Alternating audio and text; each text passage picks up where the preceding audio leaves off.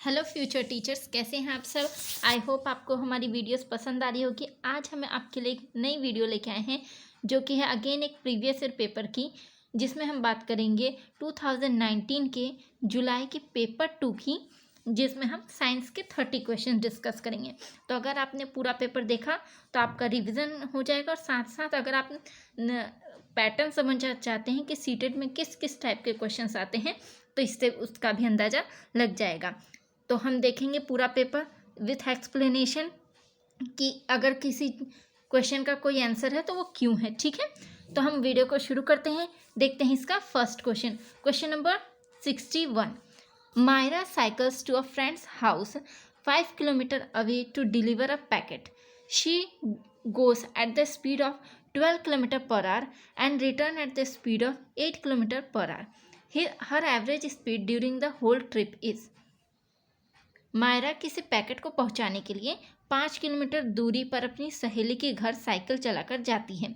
वह जाते समय 12 किलोमीटर प्रति घंटे की चाल से और लौटते समय 8 किलोमीटर प्रति घंटे की चाल से लौटती है। उसकी समस्त यात्रा की औसत चाल क्या है। अब हम देखेंगे कि ये क्या है, मैथ्स का क्वेश्चन है और इसमें हमसे एवरेज स्पीड दी गई है। जब भी एवरेज स्पीड पूछी जाती है तो हम जाने वाली स्पीड और आने वाली स्पीड को क्या करते हैं, हम ऐसे भी कैलकुलेट सकते हैं, पर इसके लिए बहुत ही, जब हमें सिंपली दो, एक जाने वाली और एक आने वाली स्पीड दी रहे तो हम एक फॉर्मूला का यूज़ कर सकते हैं जो कि है 2xy अपॉन में x प्लस वाई। ये क्या होगा जी, फर्स्ट स्पीड और ये सेकंड स्पीड। तो चलिए फॉर्मूले में हम पुट करते हैं वैल्यू। तो क्या हो जाएगा 2 इंटू 12 इंटू 8 अपॉन में 12 प्लस 8 कितना हो जाएगा 20। अभी हम इसको कैंसिल कर देंगे तो ये 10 आ जाएगा, और 12 इंटू 8 कितना हो गया 96, और 10 है नीचे तो ये हो गया 9.6 किलोमीटर पर आवर। ठीक है, तो ऑप्शंस देखते हैं। ये हो गया ऑप्शन नंबर सेकंड। ठीक है, सिंपली जब भी आपको एवरेज स्पीड पूछी जाए और दो जाने की स्पीड और आने की स्पीड दी जाए तो आप यही फॉर्मूला लगाएंगे 2xy अपॉन में x प्लस वाई। ठीक है, कितना जल्दी सॉल्व हो गया। नेक्स्ट क्वेश्चन देखते हैं, question number 62। Which of the following set contains only the unit of measuring distance. ठीक है, निम्नलिखित में से किस समुच्चय में केवल दूरी मापने का मात्रक है। ठीक है, सिर्फ हमें डिस्टेंस जिससे कैलकुलेट कर सकते हैं उसी यूनिट को सेलेक्ट करना है और बाकी को कर देंगे तो हमारा आंसर मिल जाएगा। देखिए हम ऑप्शन से देखते हैं। फर्स्ट है हमारा metre, light year, hertz. Hertz हमें पता है कि ये क्या है, फ्रीक्वेंसी की यूनिट है, तो ये ऑप्शन गलत हो गया। फिर इसका नेक्स्ट देते हैं cubit, year, light year. Year क्या होता है, टाइम को कैलकुलेट करते हैं ईयर में, तो ये भी कैंसिल हो गया। फिर है नेक्स्ट मीटर, हर्ट्ज। अगेन यहाँ पे हर्ट्ज आ गया तो ये भी ऑप्शन गलत हो गया। तो अगर आप क्यूबिट में लेकर के बलिशत में डाउटेड हैं कि बलिशत होता भी है कि नहीं होता है, तो आपने क्या किया, एलिमिनेशन से अपनी जो करेक्ट ऑप्शन था वो सेलेक्ट कर लिया। ठीक है, तो हमारा जो करेक्ट आंसर हो जाएगा वो क्यूबिट, मीटर और लाइट ईयर, ये हमारे डिस्टेंस मेजर करने की यूनिट्स हो जाएगी, बलिशत, मीटर और प्रकाश वर्ष। नेक्स्ट देखते हैं क्वेश्चन नंबर 63। आई होप आपको वीडियो पसंद आ रही होगी। अगर वीडियो आपको पसंद आ रही है तो वीडियो को लाइक करें, चैनल पे पहली बार आए हैं तो चैनल को सब्सक्राइब करें ताकि आपको ऐसी ही वीडियोस मिलती रहें। ठीक है, नेक्स्ट क्वेश्चन देखते हैं, क्वेश्चन नंबर 63।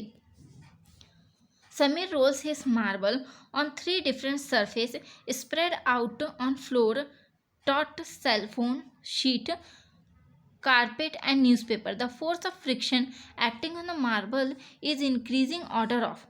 समीर अपने कंचे को फर्श पर बिछे 3 विभिन्न पृष्ठों मतलब सतहों, तनी हुई सेलोफेन सीट, कालीन और समाचार पत्र पर लुढ़काता है। कंचे पर लगने वाला घर्षण बल बढ़ते क्रम में किस प्रकार होगा। ठीक है, हमें ऑर्डर जरूर ध्यान रखना है कि इंक्रीजिंग ऑर्डर में, फ्रिक्शन इंक्रीजिंग ऑर्डर में कौन से ऑप्शन में होगा। तो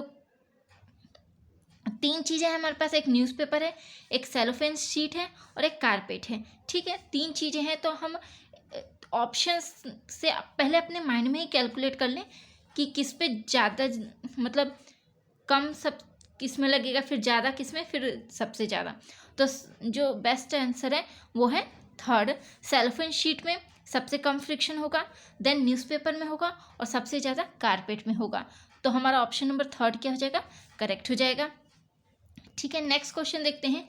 question number 64, an object is moving linearly with an uniform velocity. If time is represented along x-axis, then which of the following statement is correct? कोई पिंड रेखीय किसी एक समान वेग से गति करता है, गतिमान है, ठीक है। यदि समय को x अक्ष पर निरूपित किया जाए तो नीचे दिया गया कौन सा कथन सही है? अगर टाइम क्या है, x एक्सिस है और हम यूनिफॉर्म वेलोसिटी दिखाना चाहते हैं तो कौन सा ग्राफ मतलब कौन सा स्टेटमेंट सही होगा? तो the distance time graph of the motion will be straight line parallel to the X axis. इस गति का दूरी समय ग्राफ एक्स अक्ष के समांतर एक सरल रेखा होगा। या फिर the velocity time graph of the motion will be straight line and parallel to the Y axis. इस गति का वेग समय ग्राफ वाई अक्ष के समांतर एक सरल रेखा होगा। या थर्ड है the distance time graph of the motion will be straight line parallel to the Y axis. इस गति का दूरी समय ग्राफ वाई अक्ष के समांतर एक सरल रेखा होगा। या फिर फोर्थ है the velocity time graph of the motion will be straight line and parallel to the X axis. इस गति का वेग समय ग्राफ एक्स अक्ष के समांतर एक सरल रेखा होगा। तो इसका जो करेक्ट आंसर है वो है हमारा फोर्थ। जब हम वेलोसिटी टाइम ग्राफ बताएंगे और टाइम क्या करेगा, एक्स एक्सिस को रिप्रेजेंट करेगा, तो क्या होगा, the velocity time graph of motion will be straight line and parallel to the X axis. मतलब कुछ इस ये एक्स एक्सिस क्या हो गई, ये टाइम के लिए शो, ये एक्स एक्सिस क्या है, टाइम को रिप्रेजेंट करी है और ये यूनिफॉर्म वेलोसिटी को। तो टाइम के साथ इस वेलोसिटी क्या होगी, पैरेलल होगी। ठीक है, तो ऑप्शन नंबर फोर्थ क्या हो जाएगा, करेक्ट हो जाएगा।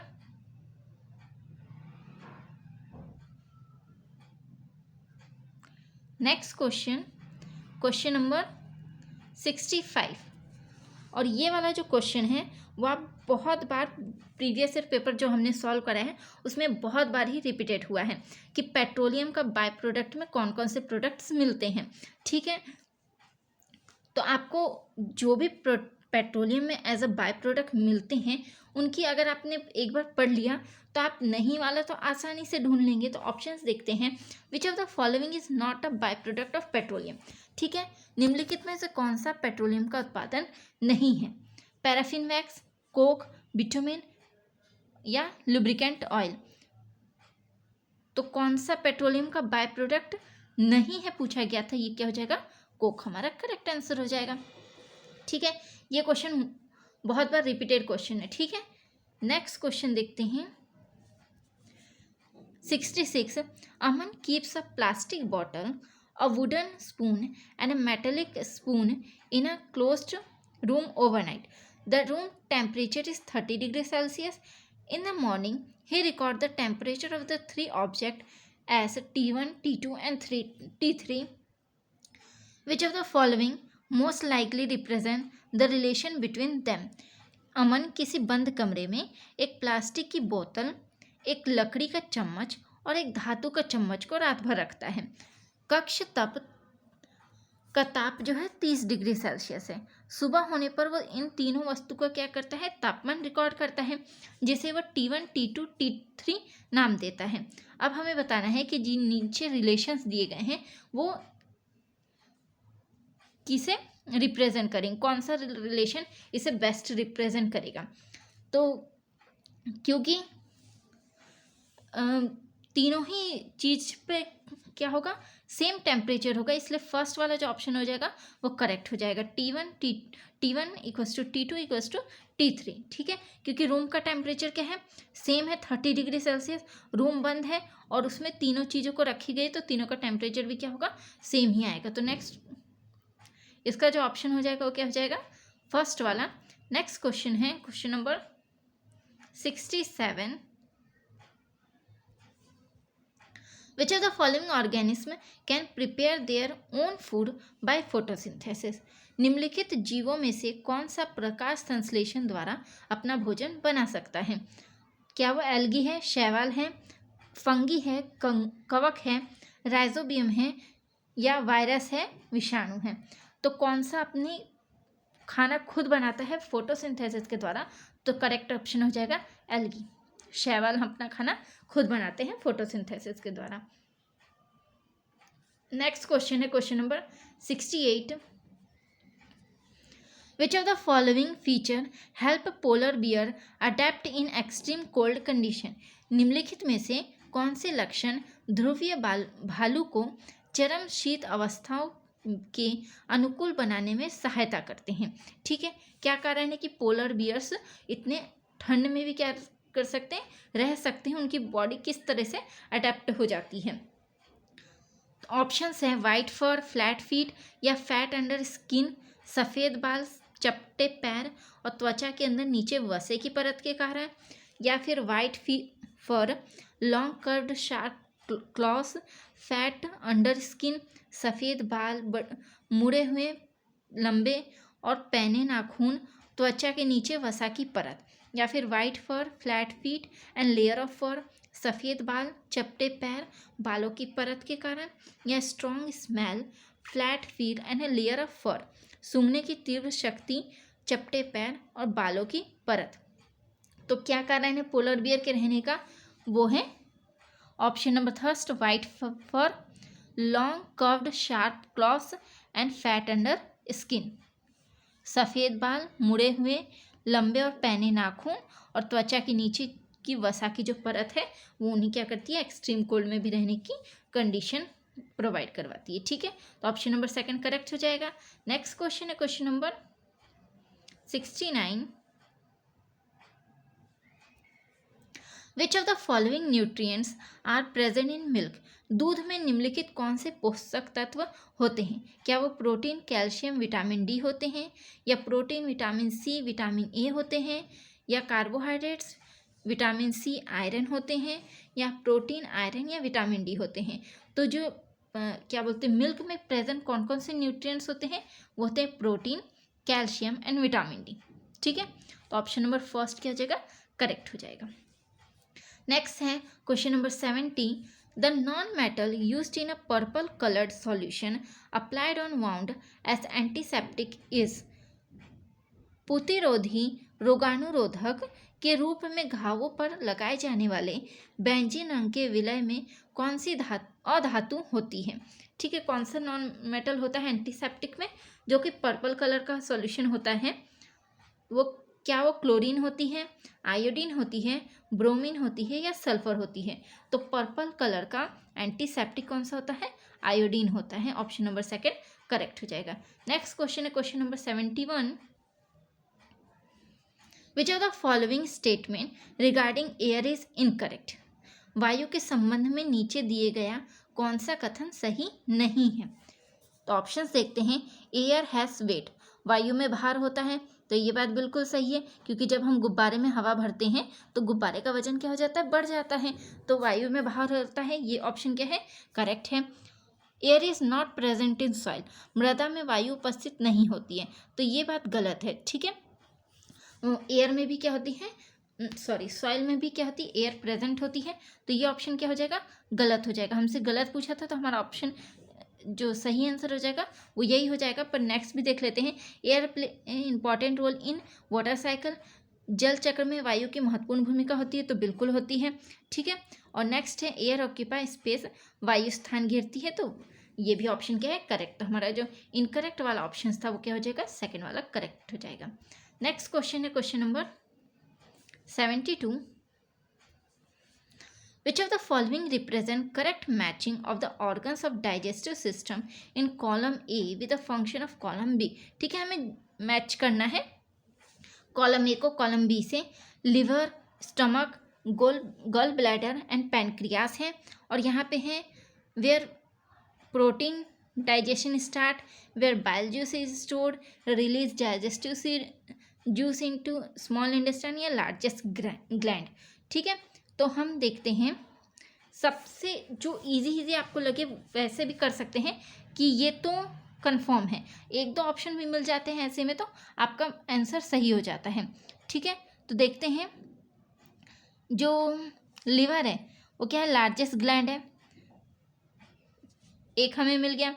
फिर स्टमक क्या होता है, where protein digestion start, stomach में प्रोटीन का डाइजेशन होता है। फिर गॉल ब्लैडर में बाइल जूस स्टोर होता है, और pancreas release digestive juice into small intestine, तो थर्ड ऑप्शन। तो ऐसा ऑप्शन देखते हैं,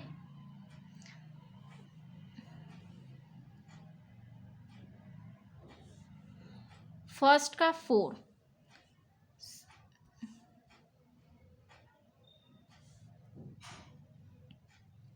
ठीक है, फर्स्ट का 4 हमने कहाँ देखा था, फर्स्ट का 4 देखा था, फिर सेकंड का फर्स्ट, थर्ड का सेकंड एंड डी का थर्ड।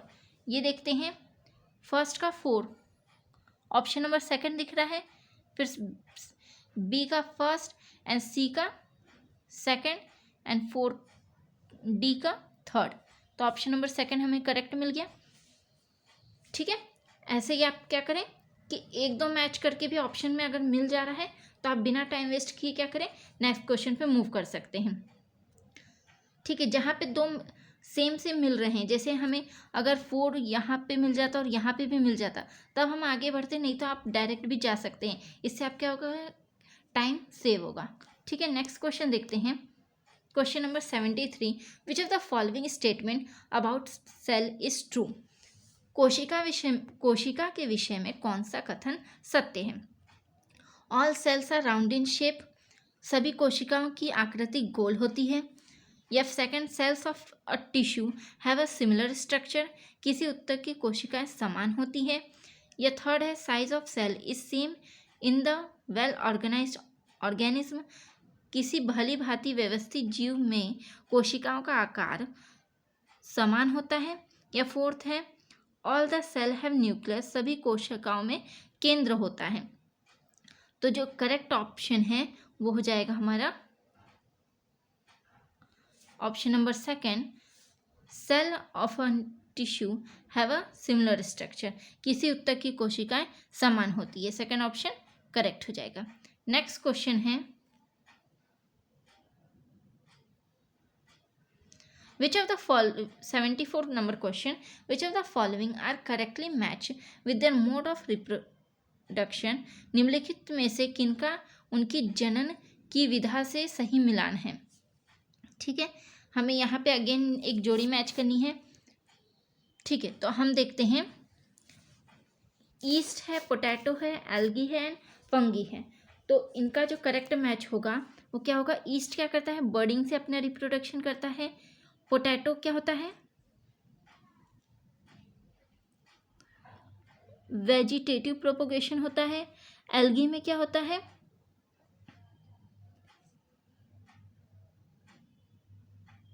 फर्मेंटेशन होता है। एंड फंगी में क्या होता है, स्पोर फॉर्मेशन होता है। ठीक है, तो ये हमें मिल गया, ईस्ट का आ जाएगा बर्डिंग मुकुलन, आलू का आ जाएगा या कायिक प्रबंधन, और शैवाल का आ जाएगा खंडन, और कवक का आ जाएगा बीजाणु समागम। ठीक है, तो नेक्स्ट ऑप्शंस देखते हैं, हमारा ऑप्शंस ए का फोर्थ हमें कहाँ मिल गया, फर्स्ट ही ऑप्शन में मिल गया, बाकी मिलाने की अगेन इसमें आपको ज़रूरत नहीं पड़ती। ठीक है, आप जिस पे श्योर हैं, ठीक है, अगर आपको चारों नहीं पता कोई दिक्कत नहीं है, लेकिन आप 1 से 2 में भी श्योर हैं और वो ऑप्शन मिल जाती हैं आपको, तो आप बिना टाइम वेस्ट किए उसको लगा करके आगे बढ़ सकते हैं। नेक्स्ट क्वेश्चन देखते हैं, question number 75, which of the following pollutants are responsible for depletion of ozone layer, निम्नलिखित में से कौन सा प्रदूषक ओजोन परत के अपक्षय के लिए उत्तरदायी है। Carbon dioxide and carbon monoxide, chlorofluorocarbon, acid rain, अम्लीय वर्षा, या मीथेन एंड कार्बन डाइऑक्साइड। तो ओजोन के डिप्लीशन के लिए सबसे बड़ा कारण क्या है? क्लोरोफ्लोरोकार्बन। हमने CFC के बारे में पढ़ा है, जो AC रेफ्रिजरेटर वगैरह से निकलता है। तो ऑप्शन नंबर जो सेकंड हो जाएगा वो हमारा करेक्ट हो जाएगा। CFC क्लोरोफ्लोरोकार्बन ओजोन के डिप्लीशन के लिए प्रमुख प्रदूषक है। ठीक है, नेक्स्ट क्वेश्चन देखते हैं। Question number 76, which of the following set represent communicable disease? निम्नलिखित में से कौन सा समुच्चय संचारी रोगों को निरूपित करता है? ठीक है, अगेन आपका इंपॉर्टेंट क्वेश्चन है और ये टॉपिक आपको जरूर पढ़ना है डिजीज के बारे में, communicable diseases, non communicable diseases और इनके सोर्स के बारे में। ठीक है, कि ये किस कारण से और किस की मतलब प्रोटोजोआ के अंतर्गत कौन सी डिसीज कारण से कौन सी डिसीज होती हैं, एल्गी के फंगी के कारण कौन सी डिसीज होते हैं, फिर बैक्टीरिया, वायरस, इनको आपको पढ़ना है। ठीक है, और जो न्यूट्रिएंट्स के बारे में, जैसे कौन से विटामिन से की कमी से कौन सा डिजीज़ होता है, ये आपको पढ़ना है। ठीक है, ये इस इम्पॉर्टेंट क्वेश्चन है और हर बार ये मतलब सीटेट का फेवरेट टॉपिक है कि डिजीज़ से वायरस, फंगी, बैक्टीरिया, प्रोटोजोआ से क्वेश्चंस आते हैं, मलेरिया के ऊपर खासकर क्वेश्चंस आते हैं और विटामिन से क्वेश्चंस आते हैं। विटामिन ए की कमी से कौन सा रोग होता है, विटामिन बी की कमी से कौन सा रोग होता है, तो ये आप पढ़ेंगे। फिलहाल इस क्वेश्चन की बात करते हैं। तो विच of the following communicable disease है ना, समुच्चय संचारी रोग का कौन सा सेट है? तो फर्स्ट है अनीमिया, स्कर्वी, डायरिया, कोलेरा। ठीक है, तो कम्युनिकेबल डिसीज, अब जो भी डिजीज़ न्यूट्रिशन की कमी से होगा वो कम्युनिकेबल तो नहीं होगा। ठीक है, मतलब हमें खाने की कमी से कोई रोग हो रहा है तो कम्युनिकेबल तो नहीं होगा। तो अनीमिया क्या होता है? विटामिन की कमी, आयरन की कमी से होता है। स्कर्वी विटामिन C की कमी से होता है, तो ये ऑप्शन तो नहीं हो सकता है। ठीक है, अगेन फिर अनीमिया आ गया। अनीमिया क्या है? आयरन की कमी से है। तो हमें आयरन की कमी है, मतलब किसी इंसान को आयरन की कमी है तो दूसरे को आयरन की कमी मतलब वो बीमारी नहीं फैला सकता है। ठीक है, तो ये तो ऑप्शन कैंसिल हो गया। नेक्स्ट है किसी को डायबिटीज़ है तो क्या वो दूसरे को डायबिटीज़ दे सकता है? बिल्कुल नहीं दे सकता। किसी को अनीमिया है, खून की कमी है, तो क्या वो दूसरे को खून की कमी कर सकता है? मतलब वो बीमारी दे सकता? तो नहीं दे सकता। तो ऐसे भी हमने क्या किया, 3 ऑप्शंस कैंसिल हो गए। हमारे पास जो करेक्ट ऑप्शन मिल गया वो option number 3, typhoid, swine flu, malaria and polio. ये क्या है? कम्युनिकेबल डिसीज है, संचारी रोग है। ऑप्शन नंबर 3 करेक्ट हो जाएगा। नेक्स्ट है क्वेश्चन, आई होप आपने वीडियो सब्सक्राइब कर दिया होगा, आपने चैनल सब्सक्राइब कर दिया होगा, वीडियो आपको पसंद आ रहा होगा, वीडियो को आप लाइक कर चुके हैं। ठीक है, नहीं किया है तो आप ज़रूर कर दें और कोई कमेंट हो तो ज़रूर कमेंट सेक्शन में हमें बताएं। और आप किस ईयर का पेपर या कौन सा टॉपिक आप वीडियो पे चैनल पे देखना चाहते हैं वो भी आप हमें कमेंट सेक्शन में ज़रूर लिख के बताएं। नेक्स्ट क्वेश्चन देखते हैं। Question number 77, which of the following is not true of the nature of science? निम्नलिखित में से क्या एक विज्ञान की प्रकृति के संदर्भ में सही नहीं है? अगेन हमें गलत वाला बताना है।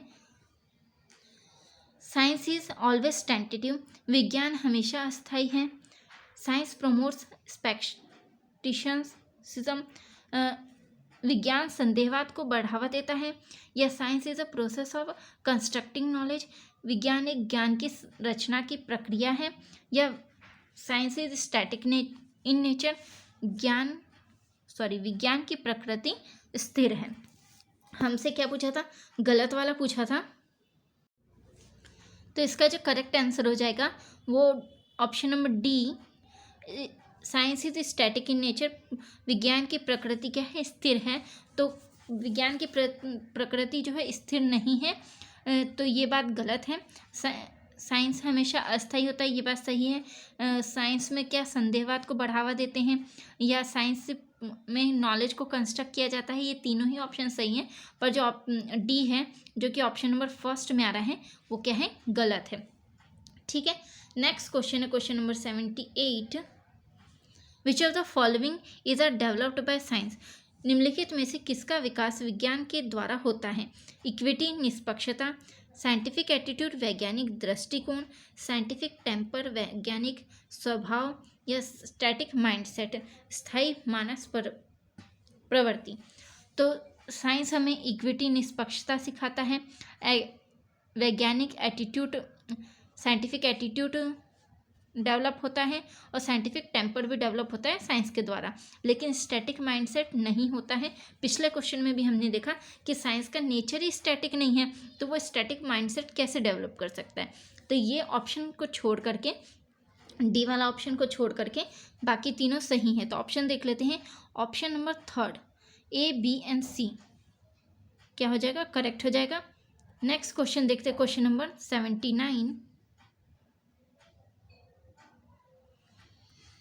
The role of science teacher should be to, एक विज्ञान शिक्षक की भूमिका होनी चाहिए। Provide rich variety of learning experience to learners, छात्रों को प्रचुर विभिन्न सीखने के अनुभव प्रदान करना। या provide product based teaching learning environment to learner, छात्रों को उत्पाद आधारित शिक्षण अधिगम पर्यावरण प्रदान करना।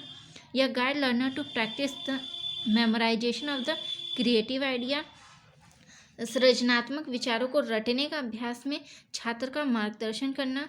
या फोर्थ है encourage all learners to frame question of high cognitive ability, उच्च संज्ञानात्मक क्षमता वाले प्रश्न के निर्माण के लिए सभी छात्रों को प्रेरित करना।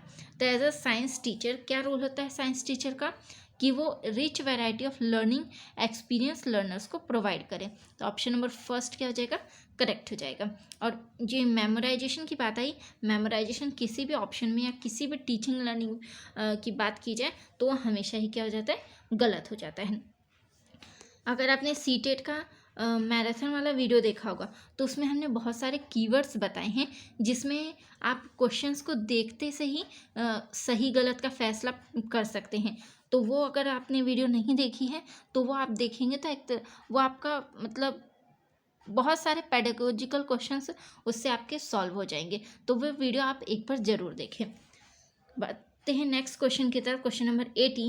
As per NCF 2005 good science education should be, राष्ट्रीय पाठ्यचार 2005 के अनुसार एक अच्छी विज्ञान शिक्षा फर्स्ट ट्रू टू लर्नर, सीखने वाले के प्रति सच्ची होनी चाहिए। True to the environment of the learner, सीखने वाले के पर्यावरण के प्रति सच्ची होनी चाहिए। या ट्रू टू टीचर, शिक्षक के प्रति सच्ची होनी चाहिए। या ट्रू टू साइंस, विज्ञान के प्रति सच्ची होनी चाहिए। तो जो गुड साइंस एजुकेशन है, मतलब अच्छी जो विज्ञान शिक्षा है वो लर्नर्स के लिए सच्ची होनी चाहिए, उसके सीखने वाले इन्वायरमेंट के लिए सच्ची होनी चाहिए, और ट्रू टू साइंस के लिए भी क्या होनी चाहिए, सच्ची होनी चाहिए। लेकिन किसी टीचर के लिए वो सच्ची हो ये बात ज़रूरी नहीं है, ठीक है। तो ये ऑप्शन क्या हो जाएगा, छोड़ करके हमारे तीनों ऑप्शन करेक्ट हो जाएंगे, जो कि option number A, B and D, A, B, D option number first वाला इसका क्या हो जाएगा, करेक्ट आंसर हो जाएगा, ठीक है। अगर टीचर के माइंडसेट में कोई चीज़ सही है तो वो सभी के लिए सही नहीं हो जाती है, ठीक है। तो ये हम टीचर के लिए वो सच्ची हो ऐसा ज़रूरी नहीं होगा। तो ऑप्शन नंबर फर्स्ट करेक्ट हो जाएगा। Question number 81। Conducting a survey on the awareness of people about source of air pollution in learners locality, बच्चों को अपने क्षेत्र के लोगों में वायु प्रदूषण के स्रोतों की जागरूकता का सर्वे का संचालन करना है, ठीक है। तो विच of the following cognitive process will be most associated with the above learning objective having action verb conducting, निम्नलिखित में से कौन सी संज्ञानात्मक प्रक्रिया उपरोक्त सीखने के उद्देश्य में रेखांकित क्रियापरक संचालन करना से सबसे अधिक संबंधित होगी। तो ये जो क्वेश्चन है वो किससे रिलेटेड है, ब्लूम्स टैक्सोनॉमी से रिलेटेड है, ठीक है। अगेन अगर आपने वो रिवीजन वाला वीडियो देखा होगा तो उसमें हमने ब्लूम टैक्सोनॉमी के 6 स्टेजेस की बात की गई है, जिसमें हम पहले 6 स्टेजेस की बात करते हैं, ठीक है। तो उसमें से ये जो सर्वे कराना किस प्रोसेस के अंदर आएगा, क्या वो रिमेम्बरिंग याद करने के अंदर आएगा, अंडरस्टैंडिंग बोध कराने के अंदर, क्रिएटिंग सृजन करना, या अप्लाइंग अनुप्रयोग कराना। क्योंकि हम क्या कर रहे हैं, सर्वे कर रहे हैं तो एक क्रिएट कर रहे हैं, क्रिएटिंग के अंतर्गत ये प्रोसेस आएगी। ठीक है, ऑप्शन नंबर थर्ड करेक्ट हो जाएगा। नेक्स्ट क्वेश्चन है question number 82। Which of the following strategy can be the most appropriate for involving learners in the teaching learning of science?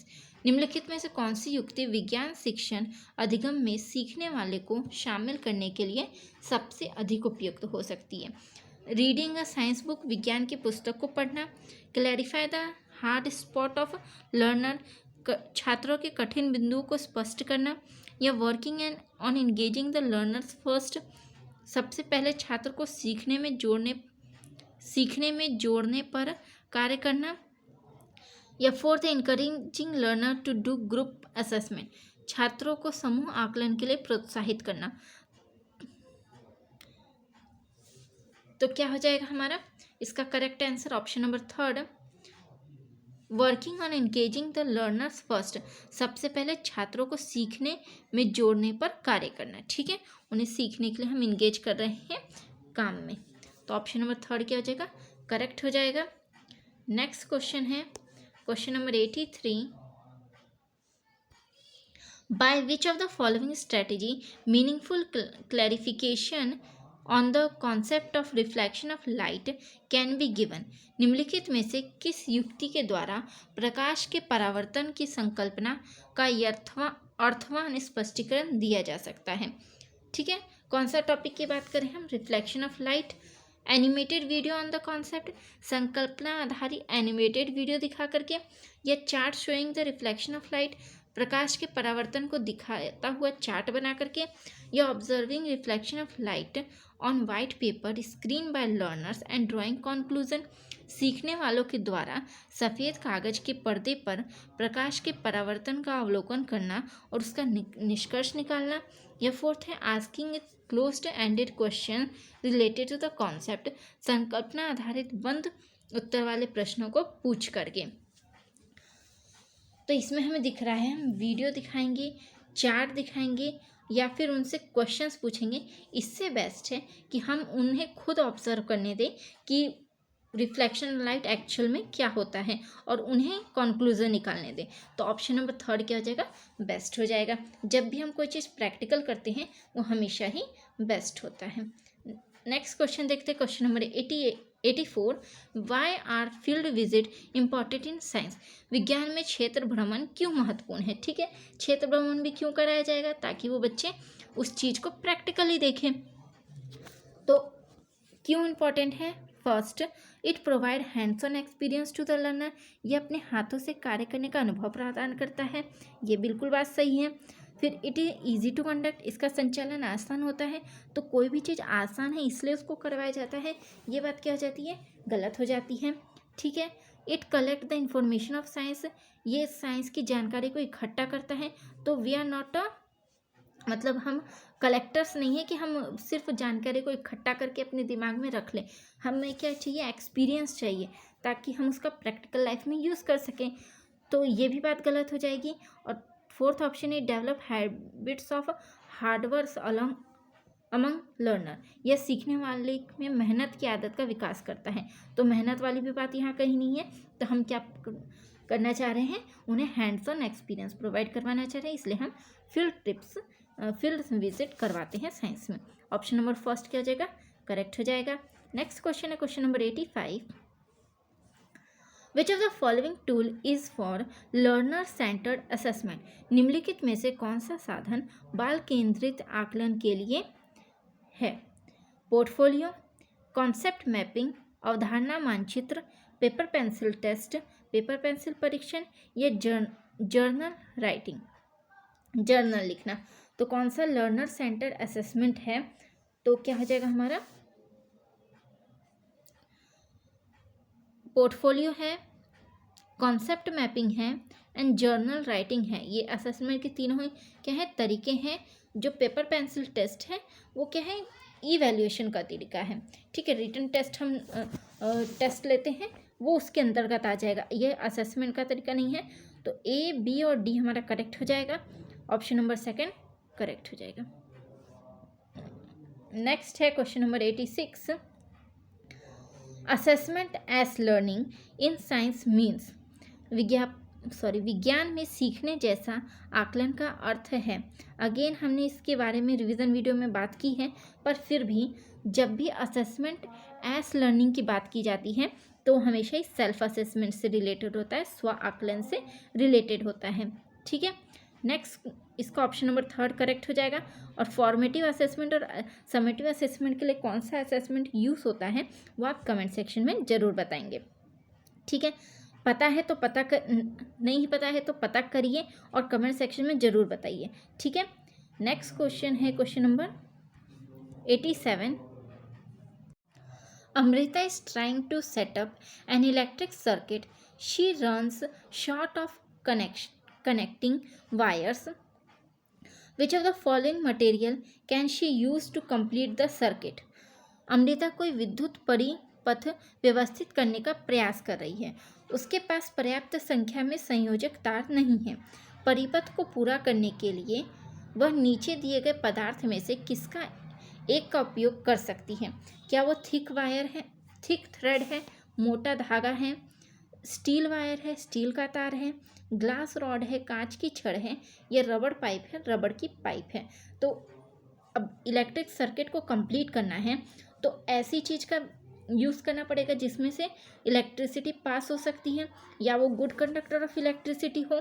तो इनमें से हमें ऐसी चीज़ छांटनी है जो गुड कंडक्टर ऑफ इलेक्ट्रिसिटी है। तो थ्रेड क्या है? बैड कंडक्टर है। इंसुलेटर्स हैं, ग्लास रॉड इंसुलेटर है, रबर पाइप क्या है? इंसुलेटर्स हैं, बैड कंडक्टर्स हैं। तो सही क्या हो जाएगा? स्टील वायर, ये गुड कंडक्टर है इसलिए इसे एज अ इलेक्ट्रिक सर्किट में यूज़ किया जा सकता है। तो ऑप्शन नंबर 2 करेक्ट हो जाएगा। नेक्स्ट क्वेश्चन है question number 88। Identify the correct statement. सही कथन को पहचानिए।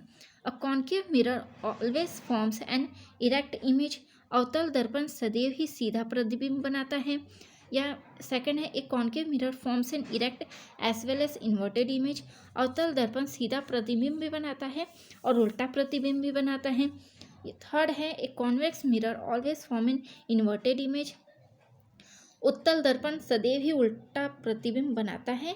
या a convex mirror form erect as well as inverted image. उत्तल दर्पण सीधा प्रतिबिंब बनाता है और उल्टा प्रतिबिंब भी बनाता है। तो इसमें बात क्या कि किसकी जा रही है? कॉन्केव मिरर और कॉन्वेक्स मिरर की। तो इस हिसाब से हमें क्या करना है? ऑप्शन सेलेक्ट कर लेना है। तो ऑप्शन क्या हो जाएगा? 2 करेक्ट हो जाएगा। और concave mirror forms an erect as well as inverted image. अवतल दर्पण सीधा प्रतिबिंब भी बनाता है और उल्टा प्रतिबिंब भी बनाता है। ऑप्शन नंबर 2 क्या हो जाएगा? करेक्ट हो जाएगा। ठीक है, नेक्स्ट है क्वेश्चन नंबर 89। ये एक इजी क्वेश्चन है और बहुत से एग्जामों में या बहुत कॉमन क्वेश्चन है। विच of the following acid is found in ants sting. चींटी के डंक में निम्नलिखित में से कौन सा अम्ल होता है? क्या वह एस्कॉर्बिक एसिड होता है, फॉर्मिक एसिड होता है, ऑक्सैलिक एसिड होता है, या एसिटिक एसिड होता है? तो चींटी के डंक में कौन सा एसिड होता है? फॉर्मिक एसिड हो जाता है। तो 2 ऑप्शन क्या हो जाएगा? करेक्ट हो जाएगा। ठीक है, एस्कॉर्बिक एसिड विटामिन सी में होता है, एसिटिक एसिड विनीगर में होता है। ठीक है, ऑक्सैलिक एसिड एप्पल में होता है या स्पिनिच में होता है? ऑक्सैलिक एसिड किस में होता है ये आप कमेंट सेक्शन में बताएंगे। ठीक है, इसमें मुझे अभी डाउट है तो मैं ये नहीं बता रही हूँ, तो ये आप कमेंट सेक्शन में ज़रूर बताएंगे। ठीक है, नेक्स्ट है लास्ट क्वेश्चन है question number 90। 3.7 kg of fuel is completely burned to give off 1.665 into 10 to the power 8 joule of energy. The calorific value of a fuel in a standard unit is। किसी ईंधन के 3.7 kg को पूर्ण दहन करने पर 1.665 into 10 to the power 8 joule ऊर्जा प्राप्त होती है। तो मानक मात्रकों में इस ईंधनों का कैलोरी मान, ऊष्मीय मान क्या है? तो जब आपको मास दिया गया है और एनर्जी दी गई है और कैलोरीफिक वैल्यू निकालनी है तो आपको एनर्जी डिवाइडेड बाय मास करना है। ठीक है, मतलब इसको आपको 3.7 से आप क्या करेंगे? डिवाइड कर देंगे तो आपका कितना आ जाएगा? 45,000 करेक्ट आंसर आ जाएगा। ऑप्शन देखते हैं, ऑप्शन नंबर फर्स्ट करेक्ट हो जाएगा। ठीक है, आप डिवाइड कर लेंगे, आपका ऑप्शन नंबर फर्स्ट आ जाएगा। आई होप आपको वीडियो पसंद आई होगी, आपने वीडियो लाइक कर दिया होगा। आज आप क्या करेंगे, हमें कमेंट सेक्शन के करके बताएंगे। कुछ क्वेश्चंस आपसे पूछे गए हैं तो वो आप कमेंट सेक्शन में बताएंगे। इसके अलावा आपका कोई डाउट है तो आप कमेंट सेक्शन में बता सकते हैं। Thanks for watching.